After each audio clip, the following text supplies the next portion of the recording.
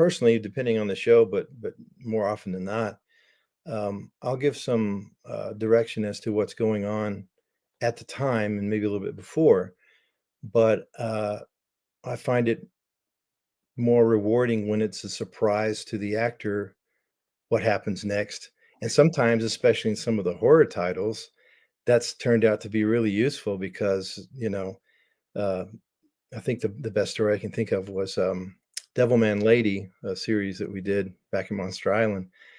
Camille Chen, who is like a fantastic actress, she's been in so many TV shows now, and I see her in commercials. Like, hey, it's Camille again. But really, really great. And she ended up playing one of the young girls in the show, and she came in for an audition. And there's a lot about I don't know 10 or 12 people waiting out in the front room, and then she goes in, and I set it up for her, and I say, okay, here's what's going to happen. You're in your bedroom in your house, and this monster comes out of the ceiling, and you start screaming, and you run down the hall, run down the stairs, and then when you get down to where your dad's sitting in an easy chair, you shake him, and something scary happens there.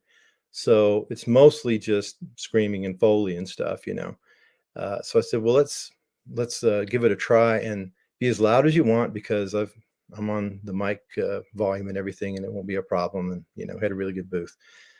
So the scene gets going. I'm recording her for the audition, and she is really intense and like is screaming when she's coming down the stairs, and then when she shakes her dad, his head tilts back, and he's got all these worms coming out of his face, and she starts, "Wah," and chills went up my back, and I'm like, wow, that was really good. She said, I was really scared. It was so good. Everybody stopped what they were doing and was like, what is going on? And I ended up being able to use it for the actual take for the show. So I try to keep people in the moment. And then beyond acting ability, I think it's really important. I mean, if you look at an episode of a show or a show as a piece of music, okay, it's already been written, right?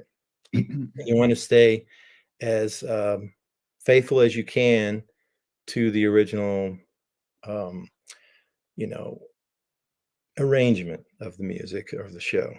But it's up to you to choose who plays the instruments, right? And that's how I look at casting. I'm like, who plays this instrument that's needed? Who's the right guitar player? Who's the right bass player? Who's the right drummer for this song? And if you put it all together, whether it's a performance of acting or if it's a musical performance, and none of the instruments sound out of place, then you've picked the right ones, you know?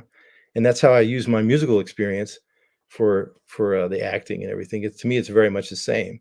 You should be able to close your eyes, and if the show has enough of a story, of course, just listen to it and enjoy it like it was a radio show, as much as look at it.